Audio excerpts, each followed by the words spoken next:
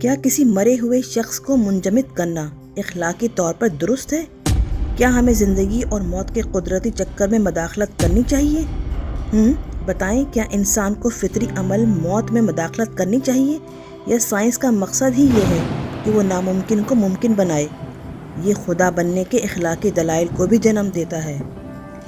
جب آپ کا کوئی پیارا ہمیشہ کے لیے چلا جائے تو آپ امید کیسے قائم رکھ سکتے ہیں؟ یہ کہانی بتاتی ہے ہمیں کہ محبت اور امید کس طرح انسان کو ناممکن کام کرنے کی ترغیب دیتی ہے۔ تھائی لینڈ ایک بدھسٹ ملک ہے اور بدھ مت میں روح کے دوبارہ جنم کا تصور ہے۔ اس سچی کہانی میں ایک طرف یہ خاندان سائنس پر امید رکھتا ہے تو دوسری طرف انہیں اپنے مذہب کے اصولوں کا بھی سامنا ہے۔ کیا سائنس اور مذہب ساتھ چل سکتے ہیں؟ یہ سچی کہانی ہمیں صرف ایک سائنسی عمل سے ہی متعارف نہیں کرواتی، بلکہ انسانی وجود، اخلاقیات اور ہماری اقدار پر بھی گہرے سوال اٹھاتی ہے۔ بدھ مت کے تناظر میں روح اور دوبارہ جنم کے تصورات اس سائنسی کوشش سے کیسے جڑتے ہیں؟ کیا یہ دونوں الگ راستے ہیں یا کہیں ایک دوسرے کو کاٹتے ہیں؟ یہ ایک بہت ہی متاثر کن اور سوچنے پر مجبور کرنے والا قصہ ہے۔ یہ کہانی ایک تھائی بدھسٹ خاندان کی ہے جو ایک بہت بڑے غم سے گزر رہا ہوتا ہے۔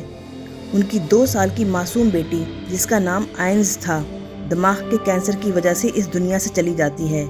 آپ سوچ سکتے ہیں والدین کے لیے یہ کتنا بڑا صدمہ ہوگا، لیکن آئنز کے والدین، خاص طور پر ان کے والد جو خود ایک سائنسدان ہیں، ہار نہیں مانتے۔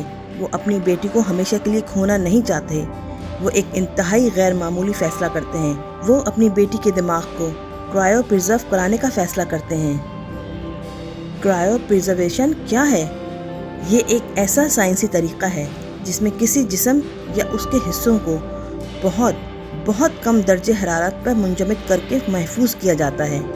اس کے پیچھے یہ امید ہوتی ہے کہ شاید مستقبل میں جب سائنس اور ٹیکنالوجی بہت ترقی کر جائے گی تو اسے دوبارہ زندہ کیا جا سکے گا۔ یہ بالکل ایک نیند کی طرح ہے جس میں آپ کو جگانے کی امید ہو۔ اس سچی داستان میں یہ خاندان کس طرح اپنی بیٹی کو دوبارہ زندگی دلانے کی امید پر قائم رہتا ہے۔ ان کا 15 سالہ بیٹا میٹرکس بھی اپنی بہن کے لیے سائنس کے میدان میں نئے راستے تلاش کرتا ہے۔ وہ اپنی بہن کو دوبارہ دیکھنے کی امید میں خود کو سائنس کے مطالعے میں وقف کر دیتا ہے اور اپنی بہن کو دوبارہ زندہ کرنے کی امکانات تلاش کرتا ہے۔ کیا وہ اس میں کامیاب ہوتا ہے؟